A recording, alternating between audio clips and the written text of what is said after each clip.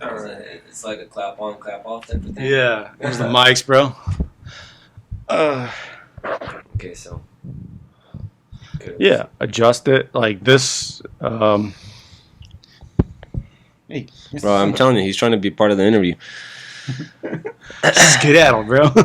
He's trying to be part of the interview. Normal. I think so.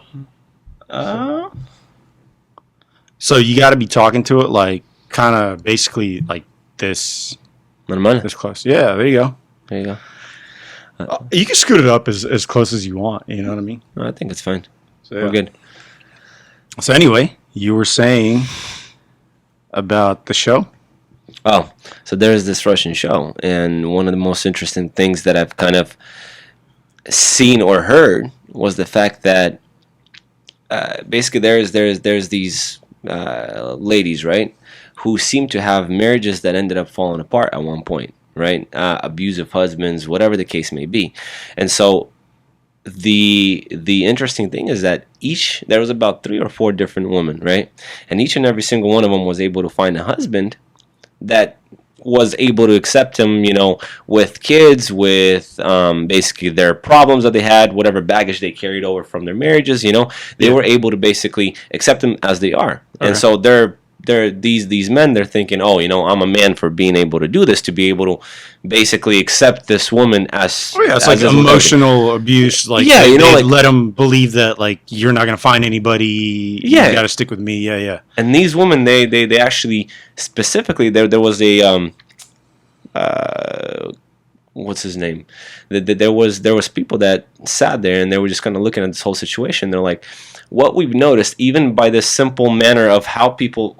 How they were sitting together, right? So the way that they were holding hands, even the abusive relationship or the no. So the new, so each one of them are sitting. Each one of the women is sitting there with their new husbands, right? With their new partners, and the way that they were holding hands, the way that they basically expressed or explained how they live together now, right? Each one of them basically based on there was like a therapist there or somebody who understands psychology, right? Yeah, or like a marriage counsel, whatever, right? Of course, yeah. So they're sitting there and they're like, do you guys understand that each one of your husbands, now we're not trying to downgrade anybody or say that, anybody's less of a man, but all the men that you choose are technically not even necessarily men. They're more kind of like people that you found. Oh, he's trying to be a part of the interview, I know he is. They're basically somebody that you found that was able to accept you as like as you are, basically. What was the term they used? It wasn't like a mommy, but they basically found themselves almost like mommies or men who are so soft that was able to accept all their shit. Somebody that's not going to hurt him in a way, So they specifically looked for men. They actually specifically found men who are opposite of what, So where you have to be a little bit careful though, because even in the first 2 years, there's like this phase where you're like in love, and they even put people under MRIs, and it's literally identical, you being in love and you being high on speed, like on coke. So like everything's good, everything's fine. Like in Russian it's called розовые очки or whatever, Yeah, rosy glasses, like for the first. So it's like I'm sure like even that horrible relationship that they are going from, there was a rosy period. Right? Everybody has rosy periods. Yeah, every relationship has rosy periods. That's where it's like it's a little bit more difficult after that. Like, okay, like we gotta be able to work on things or like work it through. That example that you gave, I think it got really dark for those women. Like, I'm sure it was like no, it was really abusive and all that stuff. Yeah. So that's what I'm saying. It's not necessarily like, hey, you know what? Every relationship or every broken relationship or a woman in a broken relationship, for example, tries to find a man that's not a man technically, but more of like a softie who's going to be able to. That's not the case. That's not what I'm trying to say here. But I'm pretty sure there's experiments. I'm sure that there is basically a lot of psychological work that's been done to understand how marriages or how people actually react, I guess, after broken marriages, right? So after a broken marriage, thank God I've never been through it. I never plan on it. Never, this is something that I want to avoid at all costs. I really believe in working out every little detail in your marriage, to the end, in a way, try everything before you put your hands down, in a way, right? Yeah. But there's so many marriages that fall apart when people just give up too easily, right? And we basically, I think you've told me before that there is marriages that actually went through some very, very deep and dark moments, that ended up basically building people up even stronger and making them stronger and everything after they went through it, right? 100%. But the thing is, the marriages that do fall apart, how do people actually become, or how do they react to that? Especially, for example, those women, right, that ended up divorcing their husbands because they were abusive or ended up leaving, whatever the case may be. They found these men that are softies, in a way, right? Based on what the therapist, or based on what the psychiatrist said, right? Mm-hmm. They're softies because even by the way that they were holding hands, it's even little details. They were holding their hands like, basically I guess when the woman was holding their hand on top of the man in a way that they were sitting, right? That actually showed them that basically everything goes as the woman said. The man just has to say okay, in a way. I don't know how else to put it that way. They're so soft that it has to go, everything has to be the way that the woman wants, because she's not looking for another hardcore guy who's going to be basically stand up to her, in a way. You know what I mean? True. Okay. Yeah. I think it's a balance, though. You know what I mean? Maybe the guy was probably, there's a lot of that machismo in the Russian culture. So for sure, there was probably a lot of that, like, I'm a man or something like that. Yeah, you have to listen to me, and I'm the head, like all this other stuff. I don't subscribe to any of that bullshit. It's so stupid. I don't believe in it either. You know what I mean? You got to have a. But also, I don't subscribe to the happy wife, happy life. It's like. Maybe. I've heard a saying. I don't think so. There was a saying about happy husband, something too. I just can't remember it. There's got to be a balance. There's definitely has to be a balance in terms of everyday life. In terms of, I mean, even as simple as waking up in the mornings. And, you may have kids, you may have not kids, whatever the case may be, right? But there has to be a balance in terms of even the mornings, how the mornings start, Sometimes you as a husband, you want to wake up, you want to do, I believe in trying to basically sometimes allowing your wife to sleep in, giving her that, her moment in a way, away from the kids, away from you. I believe literally the mornings is one of the best moments that any lady, girl, female, right, is going to be able to thank you for, if you even give an extra hour or 2 hours for her to sleep in. You know what I mean? Yeah, and then, honestly, like, I think in a loving relationship, when you are trying to perceive the thing that would make the other person happy, like, without them even asking for it, that's 100% like felt the most. Like, that's even better than like a gift or whatever. Yeah. Those like small little gifts like really mean a lot to a person. I think that's good. Like, all that's good. It's just it's hard to know why some relationships just go towards destructiveness. And I mean, obviously in my relationship, it went towards that. Like, there were some lines that you don't cross, there's boundaries that you don't cross. And even then, like, because of my own, like, seeing my closest brothers and everything losing their minds, I was like, it's not that bad, But I think you shouldn't cross, like, certain boundaries in your relationship. I mean, I know even other relationships that have crossed that physical boundary where, like, the other person was just like, beating on them. I'm a big guy. Like, listen, I could defend myself, right? But it's a deeper problem when, like, the person can't deal with their emotions, that they get to that kind of state. And that's where it's like, so there is different, before you go, and there is different types of I guess, abusive relationships, right? So there's a difference between there are certain boundaries that you don't want to cross in general within a marriage, whatever, right? Sometimes boundaries get crossed. What happens if you cross those boundaries, right? And now I'm just gonna be straight. Abusive relationships, and it could be not just physical. I'm talking about emotionally abusive relationships. Exactly. Yeah. There is physically abusive relationships. Yeah, physical is kind of to the extremes where it's like, man, that's not something that I personally can or will or understand or will tolerate in a way, you know.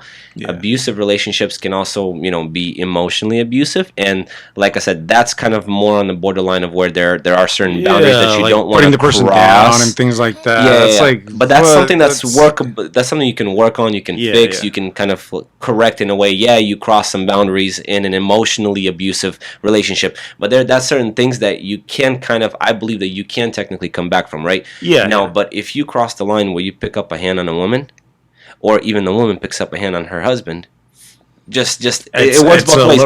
In the country, I don't know the exact facts, but technically, men get abused by their wives or by their women more than women get abused by husbands. Technically, in this country, at least to my knowledge, women can get very abusive physically. I think it all just stems to emotions. Like if you can't control your emotions well enough that you end up getting it to like a physical state, that's where the problem is. Whatever the case may be, yeah, a relationship should never become physical.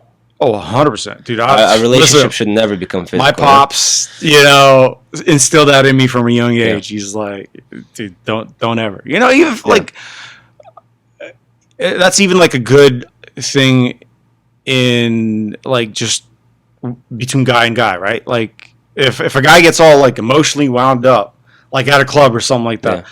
I'm not gonna be like, yo, well, let me show you how much of a man I am. Yeah, no, just try to pick a fight and find a reason to fight somebody. I mean, there's been so many situations like where I was at a club, you know, some guy like starts really like riling up, dude. Yeah.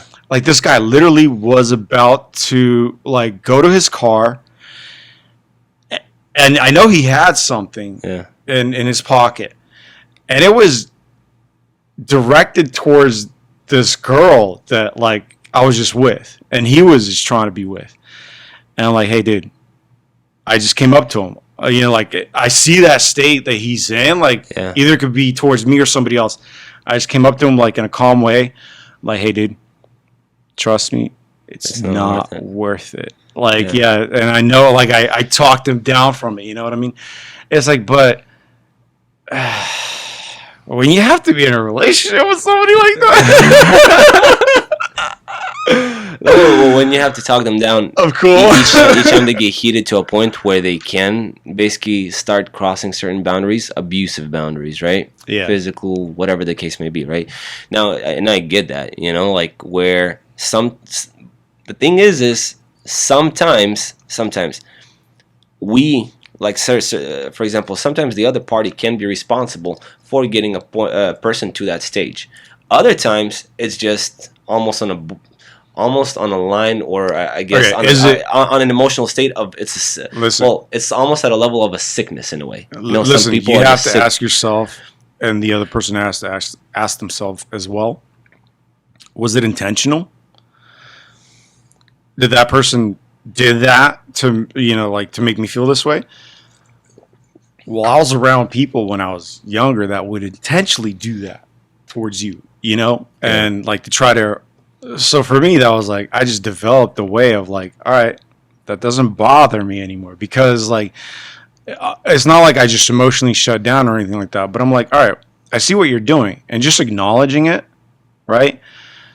But a lot of these people, they know it's not intentional. It's just something that a person did, and all of a sudden, like, oh, you should have known that pissed me off. I'm like, I can't read your mind, dude. Like, talk to me. that's the problem when the other person expects you to know what they're thinking, and if you don't, basically the other person expects you to know what they're thinking, and if you don't think a certain way or act a certain way that they plan on you being or acting, it becomes an issue, becomes a problem, and basically it's like, well, what do you want me to do? Like, I'm technically a whole separate person. I have a different brain, I have a different mentality, I have a different understanding. So how do you want me to know what you want me to do? How do you want me to act if you don't actually talk to me about it? And that's understandable. You know what I mean? That's one of the things that I think, like, personally in my marriage, that's one of the things that we've worked on and been working on since the beginning of our marriage. Because those are the things that we kind of noticed and realized that, because in the beginning, especially because we didn't do much of the talking to each other. I was always busy with work. I was busy with my business. She was busy with her work, and she was pregnant. And basically, we were so tied up with lives that we didn't do much talking. By the end of the day, each one of us came home from our jobs, whatever, and we were just so completely exhausted and out of energy. We'd sit down, watch a movie, whatever the case may be, and we weren't doing much talking. And that caused basically emotions to build up. That caused a bunch of different unanswered questions to build up and stuff like that. So it essentially caused issues within the marriage that should have not been there. And the thing is that that's one of the things that we caught, and that's one of the things that we noticed, and that's one of the things that we started working on. Those situations, talking to each other, conversating with each other, finding out what's in the other person's mind. I mean, that's a marriage. When you're in a marriage, you got to be able to work with that other person to try to understand them. Yeah, you have to sit down and, like, in that situation, right? When you notice that, you sat down and you have to approach it in a way where it's like, I see there's tension. Like, let's talk about it, Unfortunately, man, like, what happens when the other person doesn't want to? Yeah. I don't know. I really don't know what to tell you. If the other person doesn't want to talk to you, I mean, that's a fucking problem. That's a problem when you want to work on it. Yeah. The other person doesn't care or doesn't love you, or I don't know. I don't understand how you can love a person and not want to spend time conversating or talking with them. Yeah. I don't know, like, what type of love do you guys really do have if you don't spend time with each other? If all you do is just you come home, you have sex, whatever the case may be, and that's it. That's all it is. I think just certain people have so much hurt that, like, for them to even open up a little bit puts them, they feel like, in such a vulnerable state that they would rather just, like, not communicate at all and just get out of there. You basically just run away from a conversation every single time a serious conversation comes up. Exactly. Because they don't want to deal with the possibility even of something like an argument. Yeah, in a way. So avoid a conversation to avoid a conflict, because you know that every conversation is going to lead to a conflict. But what happens? But there's positive conflicts. Like, there's positive ways of, like, hey, me and you have a thing that we're in conflict with, right? Like, let's say it's a business transaction or something like that. There's positive ways of dealing with it. But certain people, like, they just don't have that understanding. Like, hey, we could have a misunderstanding, we could have a conflict, but we could still respect each other, and, like, that's cool. Yeah. That's a big respect, understanding, взаимопонимание, right, in Russian. Yeah, like, I don't demand respect, but I get respect, Well, like, you don't just get respect. Respect has to be earned, same as trust and everything else. Yeah. Respect has to be earned. Trust has to be earned, and it's very easy to lose it, and it's very hard to regain. It's very hard to build from the first place. Yeah. The thing is, most of the people, like you said, those pink shades, right, or rose shades, rosy glasses, rosy glasses, right? It's not necessarily rosy glasses. It's a mixture of things, and those things consist of, I believe, right, trust, consist of respect, consist of, I guess love kind of explains all of it, but just breaking it down, right? What else? So let's just use those two things. I can probably come up with other things, right, that love would consist of, right, aside from love and respect and trust. But once you get, for example, married, right? Once you get to know that person very well, even before marriage, right? Some people, they start dating and they break up because those rosy shades they fade.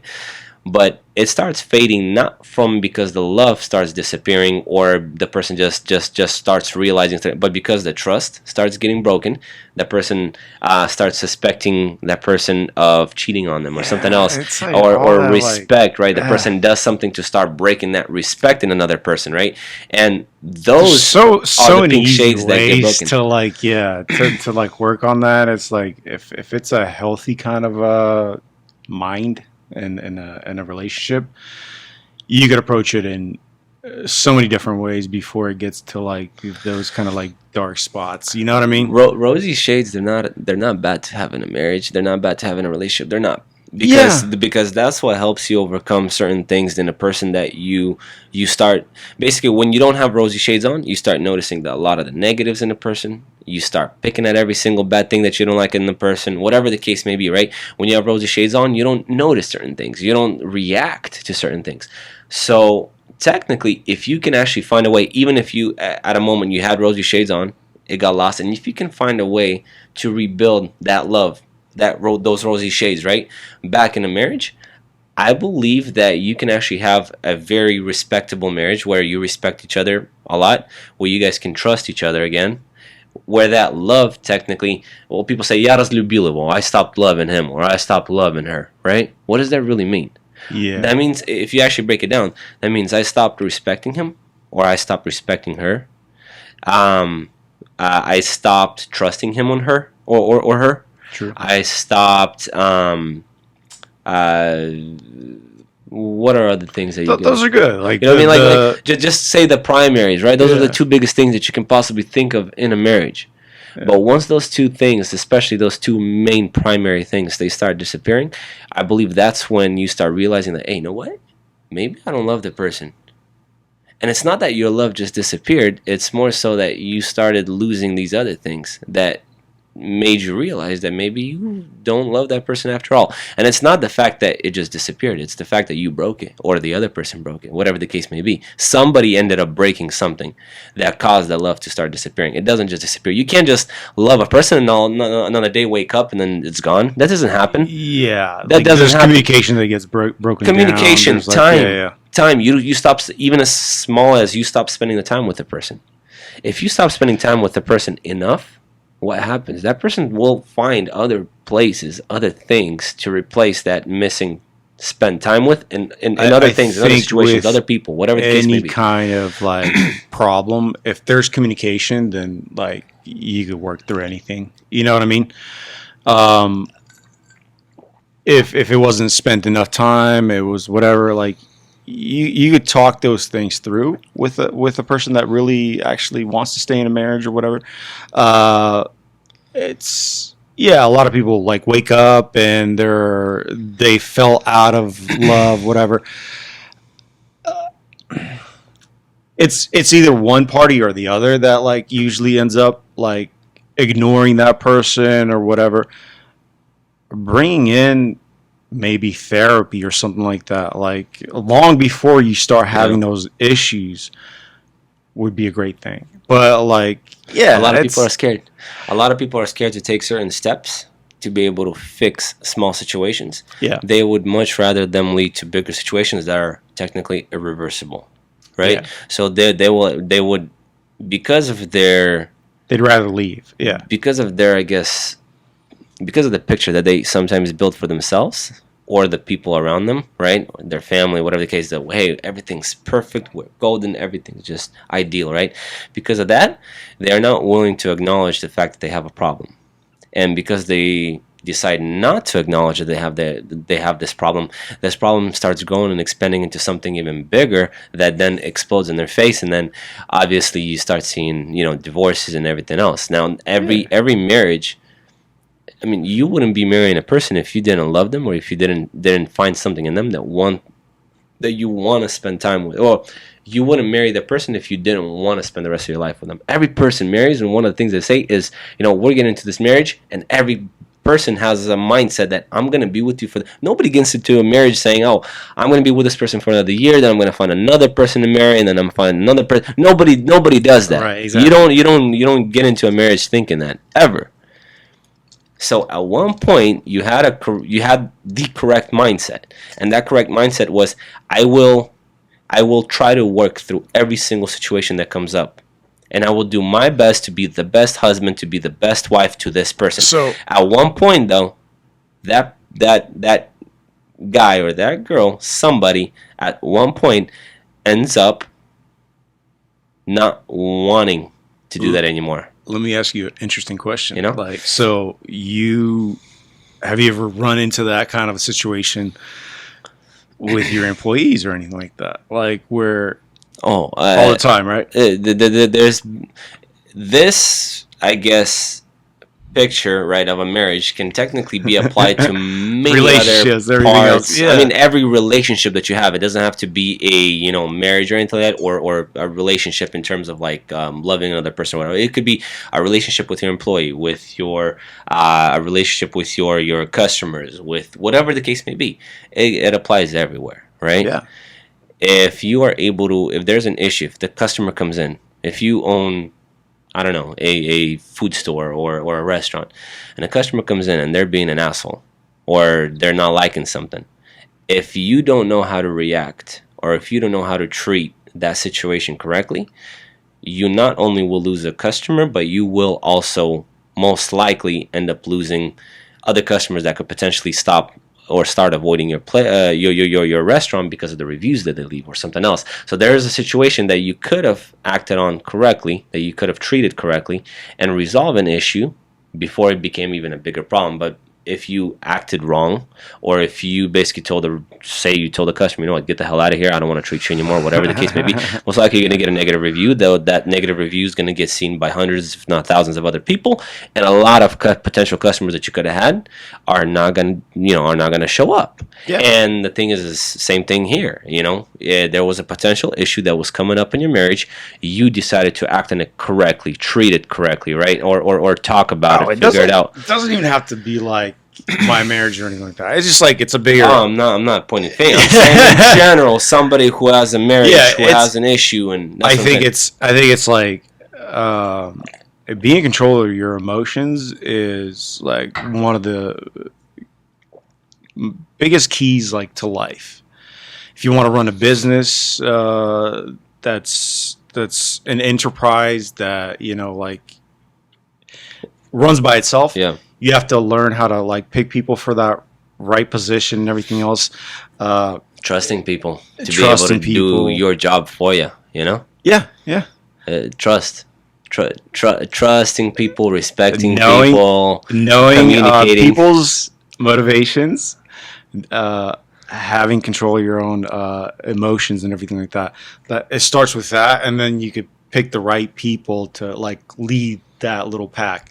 I think it's the key in everything in life and everything like that. If you don't have control of your own emotions and shit gets to you, like, man, like that's not. I don't think you're gonna be. Successful anywhere else. You know what I mean? Let's bring in our kids. Well, I know you don't have any kids, but I have two kids. I have two boys. Yeah. One is almost 4. The other one just turned 1. And situations come up where you react, right? Or you can react, but you decide not to, or you think about, how you should react before, actually acting on a certain action, right? Yeah. So, for example, right, my kid, he's 4 years old, the blessing and angel of my life, right? I mean, I love both of my kids. I love my wife. I love my entire family. I'm truly, truly blessed, right? But say I take my older son, and he has I'm like any other 3 or 4-year-old, they have tantrums. It sucks when they happen publicly, though. Yeah. Because at home they're yelling, screaming. You're like, okay, well, you try to find ways to talk them down or whatever, and it could take 30 minutes to talk them down. That's fine. And they're yelling and screaming for the entire day. Nobody hears it. You don't have 30 minutes in public. You don't have 30 minutes in public because you're standing and your kid is yelling at you. your kid starts swinging at you, you know. Yeah. If some may say, "Oh, you так воспитал, you didn't raise him all right. You know, you should have done this, or you should have done that. You should do." People start trying to teach you how to act with your own kids, and the thing is they don't understand that every kid kind of has their own way of understanding things, the way that they act. Every kid is basically growing at their own level. Yeah. My kid's a big kid, right? So he's a tall kid. He looks like a 5-year-old. So when everybody looks at him and they look at him as a 5-year-old, but in reality he's 3 right now. He's not even 4 yet, and he has the mindset of a 3-year-old that looks like a 5-year-old. You know, people start having, I guess, a certain understanding of like, hey, you know, like some, you know, can't you just calm him down or something? Like they start giving you these looks, dude, when you're in public, and my 3-year-old kid starts yelling, screaming, kicking, whatever the case may be, and you're sitting there, and how can I react to that? How do I act in a situation like that? And you know what? At first, I would get really like in the beginning, I'd get very frustrated. Yeah. I'd be like, man, stop yelling, you know, and I'd like almost yell at him, you know, in public. Mm-hmm. I'm like, stop, you know, like I'm looking at, I could see a million eyes looking at me, looking at him, and I'm like, how do I react to this? And then at one point, and my wife, she's a true blessing in my life because she's a very smart woman, one of the smartest women that I've ever met in my life. And she's there with me through every single moment that you could say that we have with our kids as well, you know. And so, she's like, you know what, just get on his level. And I was like, what do you mean get on his level? She's like, get on his level. What is that? When I tell you get on the kid's level, what does that mean? Most people think it's like, you know, act out the same way or something like that. Yeah. Get on his level. When a kid is having a tantrum, so she kind of explained to me, and I started trying to do that. Dude, much progress. A lot of progress. Now, you physically got down. I got down physically on his level. Yeah. He's yelling, he's screaming, he's trying to fight with me. So you get down, I sit down, and I just calmly, I'm like, hey, what do you want? Yeah. What can I do for you? What can we figure? Like, what do you want in this moment? You can't have this. You can't have this right now. But what can we do, or what can you have, or where can we go for you to forget about this right now? You know? He's thinking, yeah. And now he's thinking, and he's like, and I start talking to him, and the more you talk with the kid, exactly, the more you talk, the more progress you're going to see in his development, in anything, in any tantrum that she has. The more you talk, instead of acting out physically or starting yelling at him or something else, that's something you want to avoid. More, and that's what I'm saying. Like, a kid is a good example of how you should almost act in your marriage as well. Sometimes you got to get on another person's level, not maybe physically, because the other person may be only 2 feet lower than you. You know, where sometimes you got to get on your knees. You know, so some relationships they have very tall people and very short people. You know, what can we talk about right here? No, but I mean, like literally, in some situations, you got to be able to get on one level and try to talk through a situation and figure out what can be done to avoid the situation, or to get out of the situation that you're having right now. And for example, with my kid, right? And I'll be sitting there and I'll be talking to him like, hey, you know, we can't have this right now, but do you want to go? For example, today we were in the mall in the morning. Uh-huh. And so, you know, I took him to one of those like little jumping things, you know, the little bungee jumping things. Yeah. So he's jumping there for like 5 minutes, whatever, and he gets off, and I'm like, hey, we gotta go. And he starts throwing a tantrum, right? Yeah. And very quickly, I'm like, hey, there is a little toy riding thing, like a little car riding thing downstairs. You know, I was like, let's go there. You know, he's like, okay. So I already distracted him from the first thing. We go down to the car thing, and then from the car thing, it was like a 10-minute drive on a little car, whatever. That ended. He was already calmer. He was already calmer, and I'm like, hey, let's go find mommy, because mom was shopping out, you know, she went to go pick out some gift, whatever, for one of the baby showers that she's about to go to, right? So she's shopping, I'm like, hey, you know, let's go find mommy, and he's just walking with me, and I was like, daj ručku, you know, so I got his hand, and I'm walking with him, and he sees like this little chess travka, well, little grass thing, and then where there's like big chess boards or whatever, and so he starts playing with that, you know, and so throughout this entire situation, he got distracted by multiple things over without me having to raise my voice once. Exactly. It was multiple situations that got resolved to a point where we spent about an hour. It took time. I Yeah, spent you about an just hour to distract him from the very first thing that he enjoyed so much, but he got distracted enough where this was the first time in the last maybe we took him to the mall maybe about 5 times in his lifetime because we just the first time we took him, I told myself I'm never taking him to the mall again. Literally. Second time I still took him. Same story. I'm like, I thought I told myself I'm not gonna do this again. You no, know? but like the difference was you figured out you got onto his level, and you were also able to like understand that there's a reason why he's acting out, and there's a reason why he's doing these different things. So you have to get down on his level, like you said. Understand Yeah. mentally, physically, if it has to happen physically, whatever the case may be. But you have to be able to understand the person to know how to then react and then act on act on a certain situation. You Yeah. have to be able to understand the other person, regardless of whether it's a 3-year-old 100%. or a 30-year-old. Yeah. You know what I mean? Regardless. So that's the thing in business and with your employees, with your customers, with in your marriage, in your relationship, whatever the case may be. The funny That thing applies is, to like, every place. certain people are so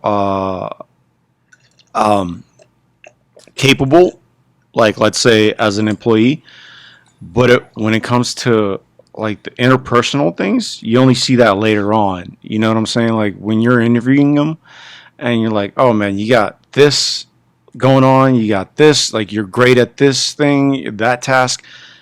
But then you see them in the environment and how they deal with like the people around them. You're just like, Yeah. whoa, you're toxic, dude. Like, Yeah. even though you're capable of things, you're disrupting like the way everything works. Like you haven't learned how to manage your emotions and other people. You know what I mean? I have met a lot of I've met a lot of businessmen, right? Mm-hmm. That either ran their businesses into the ground or prospered, Mm-hmm. right? Based on their mentality or their understanding of how to react to certain situations. Being able being able to react correctly will either make you or break you. That's Yeah. one of the biggest things in any business. And I had so many people at one point that tried to teach me how I'm supposed to react to my employees, to my contractors, to whatever the case may be, right? That if I would have listened to this, Advice. for example, group of people, right, Yeah. to this advice, I would have probably not been at the point or place where I'm at right now.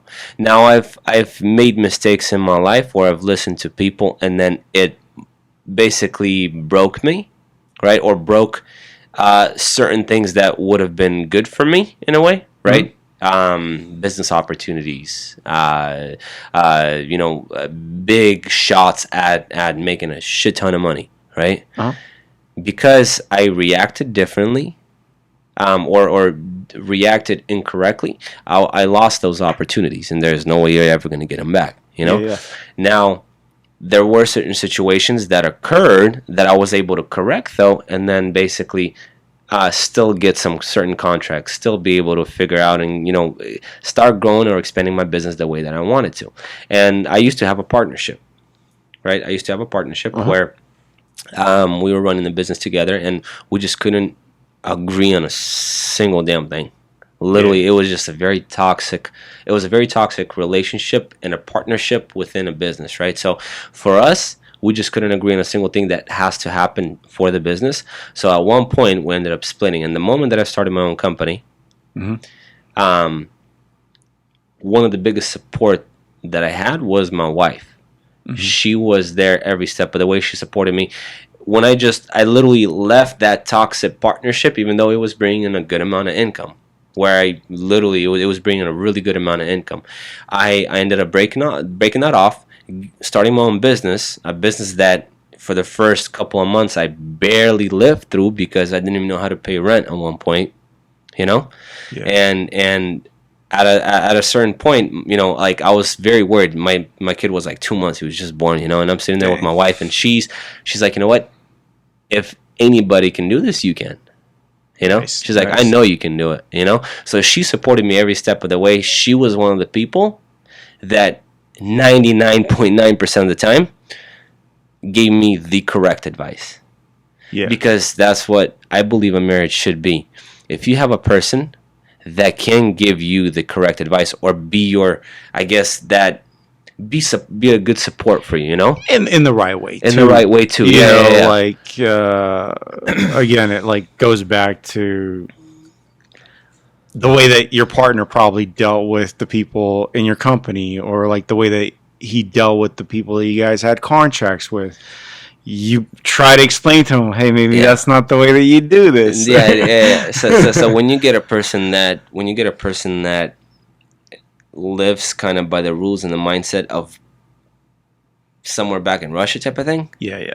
And you're living in America your entire life, and you got the mindset of an American business in a way, business module, right? And then you're trying to build a business the correct way, and it's going to succeed, and you believe in it so strongly that you're like, hey, this has to happen this way, and the other person's like, no. I mean, it's good to listen to certain opinions, but there are certain opinions, or there are certain things that could really break your relationship or your business, right? And so those are the things that at one point we practically almost lost everything, if not for me to, if I didn't pour in a shit ton of money into the business to make it, keep it afloat.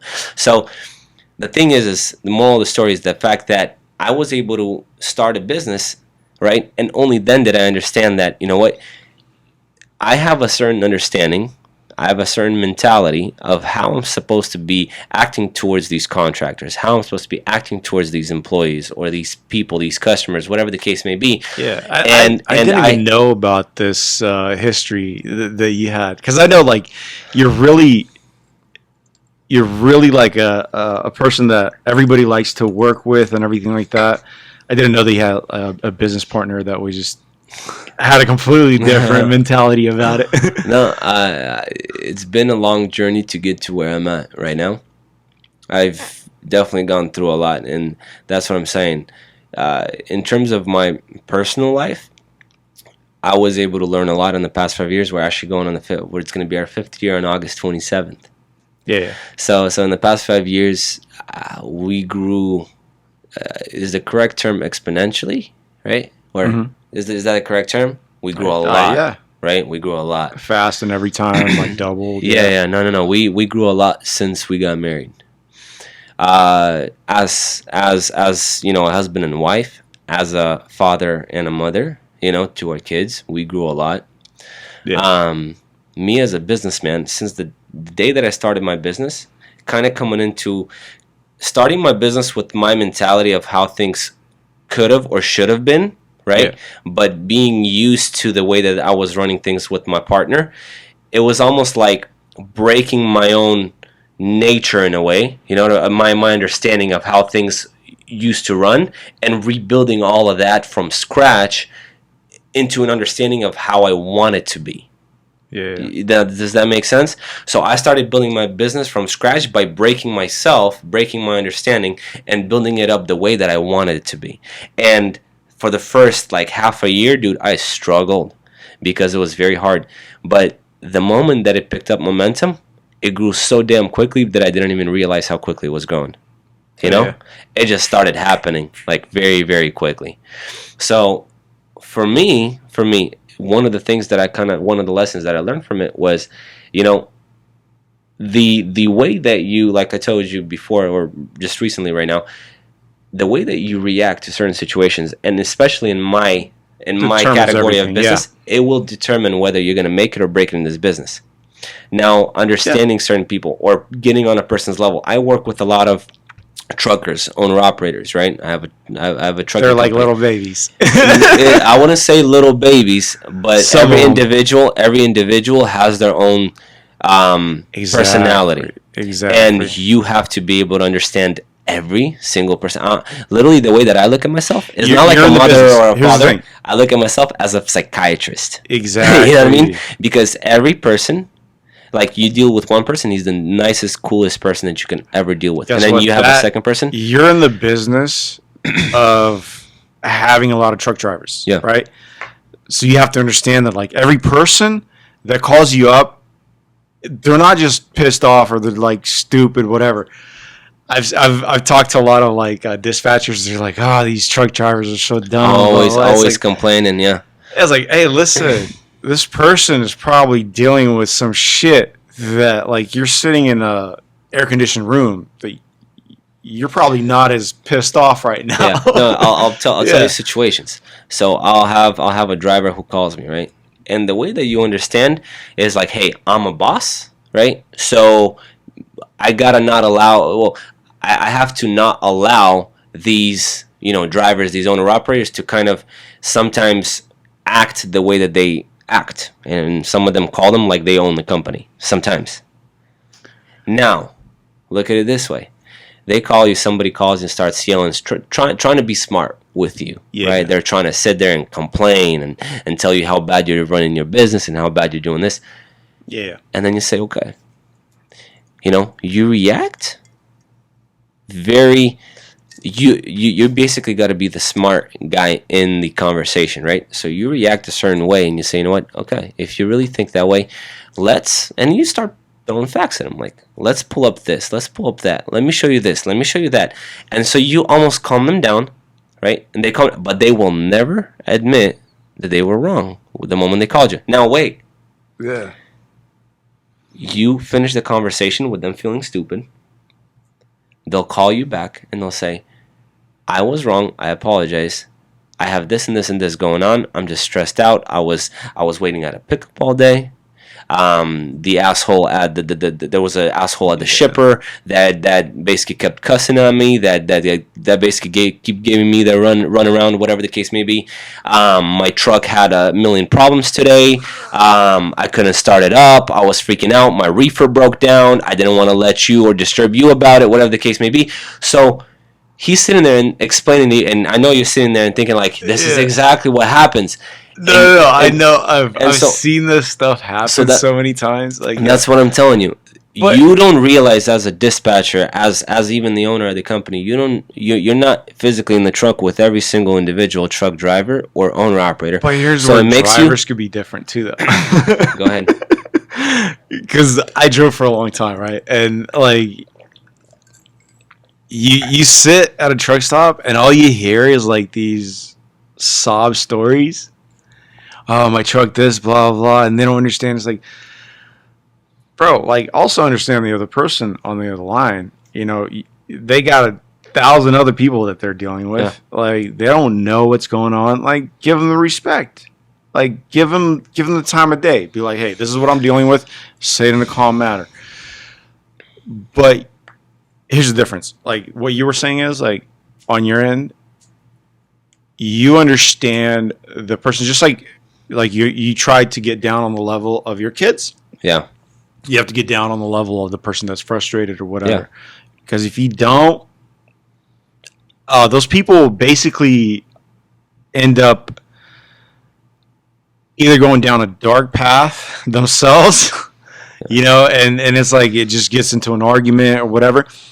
Or you go down a dark path and you're just like, this person's all stupid. Like, you're pissed off.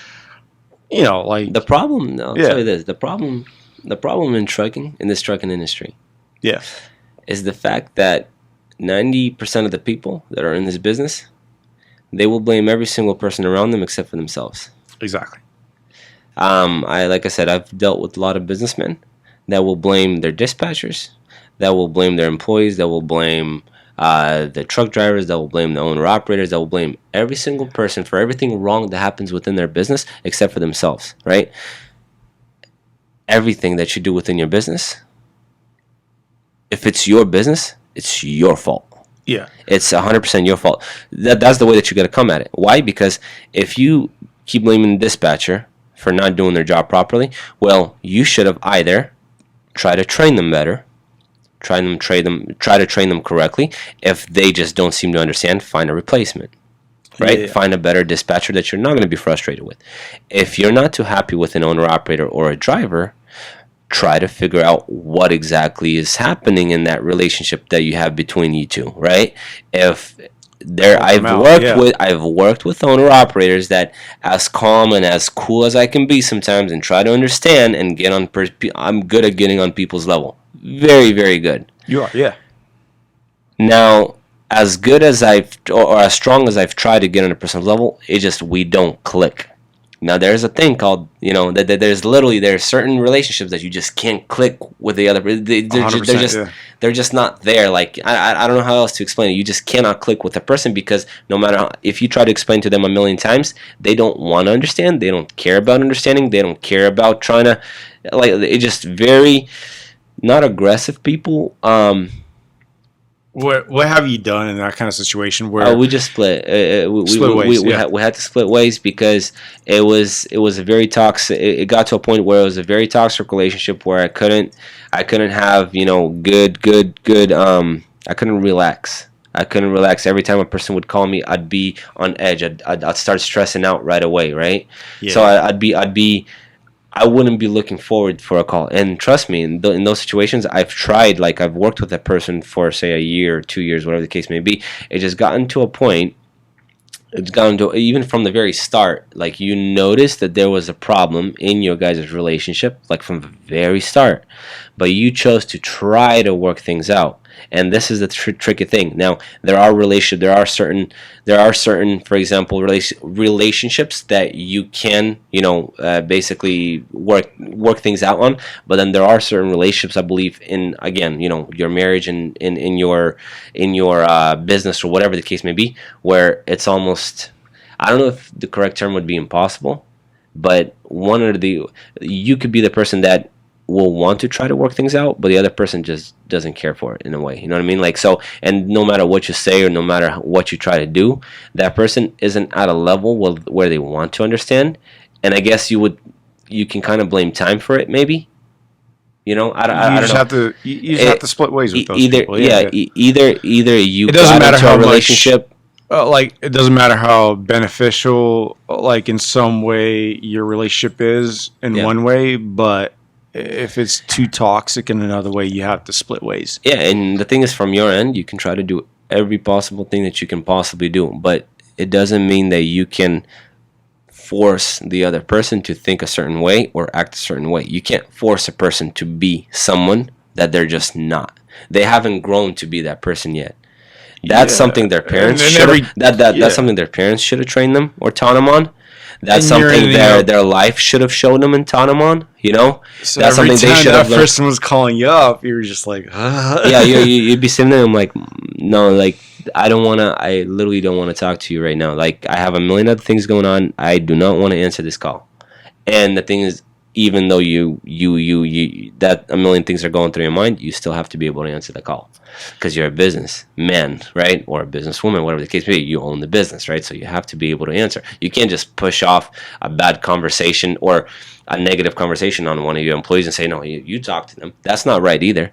But if you don't want to deal with a person, sometimes it's smarter to just let them go than to try to, for example, sometimes make a very toxic relationship, or whether it's an employee or on a personal level. You're doing them a favor by letting them go. Actually. Well, I believe it's a time thing. Like I told you, they're just unhappy. They're either something in their life happened that made them be this way at one point in time, that now you are trying to basically get into a relationship with them or start a relationship with them, whatever the case may be. Whether it's also kind of a way that those people deal with problems. Yeah, but like I said, it's a time thing.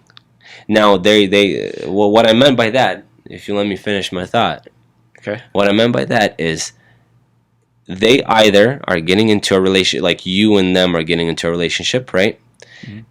At a wrong point in their life or at a wrong time in their life because they weren't ready for this yet. They haven't grown to a point where they corrected all that. They haven't gone, like before getting into marriage, and now I'm going to talk about myself right now, right? Before getting into a marriage, there are certain things that I should have worked out, right? There are certain things I should have dealt with. There are certain things I as a man should have grown to a certain level, and I would have avoided a lot of issues within the marriage You see what I'm saying? Yeah. If I would have done it on time, if I would have done it before getting into the marriage. So again, of course, that's why, like, I think I always recommend. Listen, okay, I don't know if you've ever heard the like thought. Basically, well, I'll say it nicely. It's better for a guy to get into a relationship when he's older, because you figured out how to deal with life a little bit better, with people, everything like that. Because a marriage is almost like a thing of like being able to lead and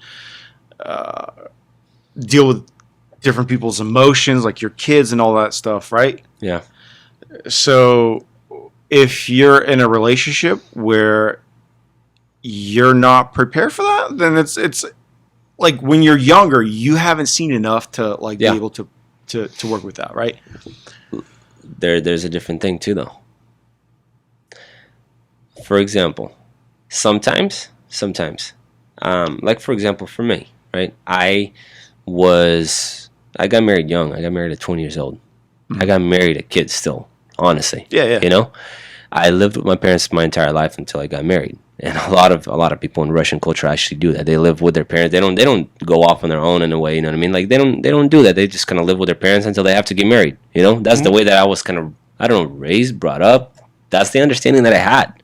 You know, I never got a chance to go off on my own and be my own man. So it's almost like until I got married is when I actually started growing as a man, because I had all these responsibilities fall on me at one point, at one time, a million responsibilities that I had no idea how to handle fell on me at one point. Yeah. So what happens? You start trying to find ways to figure out how to handle every single situation, and you can, because you have a million of them. You can't instead of you having time, right, to deal and learn how to handle every situation before you get into a marriage, slowly, one by one, you have to deal with a million of them at one time.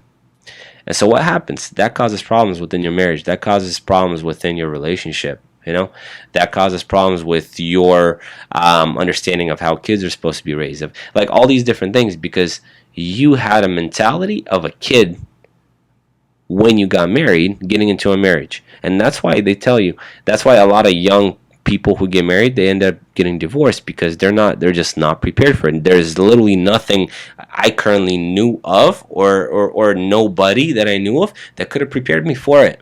Yeah. I got into a marriage not knowing what the hell I'm doing, literally. So was my marriage perfect?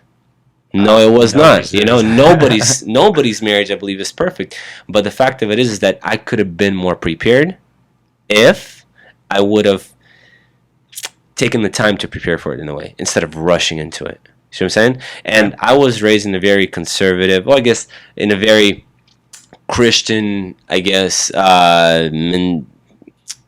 mentality, I guess, with the Christian mentality, where you meet a girl, you date them for a year, and you get married, right? That was the mentality I had. Yeah. So the thing is, this is years down the road. I'm thinking about it, like, man, I should have, I love this girl so much, and I wish I could have avoided putting her through so much pain at certain points in her life, in our marriage, And the thing is I'm like, I wasn't prepared enough, and because of that, I created, and I'm admitting to a lot of issues that were my cause, right? I caused them, right? It was certain things that I did that caused issues within our marriage. And so for me, and I believe this is for everybody, if you can get into a marriage and prepare yourself well enough, you're not going to be prepared for everything. Nobody is, but if you can prepare yourself or grow enough as a man, as a woman, instead of just listening to other people or making people rush you into something that you're not ready for, and instead of getting pressured into something, you're going to be much more successful in your marriage and your relationship. Don't get pressured, I guess, like the main message is, don't get pressured into like acting a certain way because of what other people tell you, or the way that you think the other people want you to act in a way. You know what I mean? And that includes business, includes relationships, includes marriage, includes whatever. We act a lot of times as human beings we think that people expect us to act a certain way, and that causes us to make a lot of mistakes. Makes the mistakes that then we regret. See what I'm saying? Because we want to look a certain way in a person's eyes, or in family's eyes, or in our friends' eyes, whatever the case may be. You know what I mean? Be honest with yourself. You can't be honest with yourself, and the problem is that if you can't be honest with yourself, how do you expect to be honest with your partner? Exactly. You know what I mean? Yeah. Okay, so also be honest with yourself without being harsh on yourself or anything else. Right? So like the way that you talk to yourself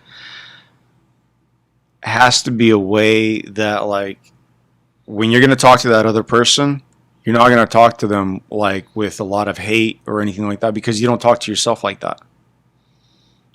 You're honest with yourself without hating, everything like that. It all goes back to that kind of bullshit. I don't think it really matters what is going on. It's just the way that you actually handle it. That's the big difference. And people also have to have accountability for that as well. Like, you have to instill that in your employees, right? Yeah. Like, if an employee is like, oh, that person is like, oh, this is, what'd you do in that situation? Like, are you accountable? I'll tell you this. There are certain situations where you may have to deal with certain situations that may directly or indirectly influence your relationship that you have with a certain person, right? Now, let me clarify what I mean by that. I work with, I have employees, right? I have dispatchers working for me. Mm-hmm. And then I also have owner-operators who work for me, mm-hmm. right? Or drivers, for example. Now, an owner-operator calls you and says, you know what? This dispatcher is doing this and that. I'm not liking the way that he's loading me here or there, or starts complaining about this dispatcher, right? You call the dispatcher, and the dispatcher's like, hey, you know what? This guy is actually doing this. So you're literally the psychiatrist between two of the people, and you're trying to gather a story here. You're trying to gather a story here. What exactly is happening? And then figure out what's going on. I've had so many situations that I was able to work out where an owner-operator, for example, and a dispatcher completely almost on a level of hated each other. Yeah. And I was able to kind of figure out in a way where they, like, this owner-operator wants only this dispatcher to load him now. Yeah. Like, he only wants to deal with this person. You know what I mean? Like I said, there's certain ways of you actually being able to react to certain situations that will either break your business or make you. You know what I mean? In a way. And in a marriage, that especially if you have kids, I've had situations where I got frustrated on my kids because, for example, my wife would have been, for example, my kids wake up, right? They're all yelling and screaming, right? For me, I can kind of not get super bothered by their yelling. For her, any type of noise or anything type of, anything loud can sometimes frustrate her, And because she's frustrated, that frustrates me. That frustration goes out on my kids. See what I'm saying? So almost, so how do you react? How do you react to a person that you may not even have a problem with, but because of another person influencing you, you react on them? That's where I said sometimes we gotta stop caring so much about what other people need or want from you in a way, in order to avoid having problems with a person that actually matters in a way sometimes. So if you have an owner operator that, for example, is bagging on a dispatcher, sometimes the problem isn't in the dispatcher, but it's in the owner operator. So figure out what's going on there, right? Figure out what the problem is going on with the owner operator. Same thing as, for example, my wife. If she gets frustrated at certain situations, I'll try to figure out what exactly she's frustrated at before getting frustrated at my kids. Now, you know what I mean? Like, whereas like I said, in the beginning of our marriage and stuff like that, it was almost like a direct thing. Like, she gets frustrated, I get frustrated. They're gonna get it type of thing. You see what I'm saying? So for as you grow, you start realizing, like, hey, that's not how it's supposed to work. If this person is frustrated, calm them down, and then basically you'll avoid having a problem. You'll avoid having two problems when you just had one to begin with. In a way, you know what I mean? No, for sure, for sure. So yeah, it's something to think about too. But I think everybody, like when they're growing up, they face that kind of like situation, and dude, I'm just like losing my train of thought, to be honest. Let's take a break. Let's take a break. Either way.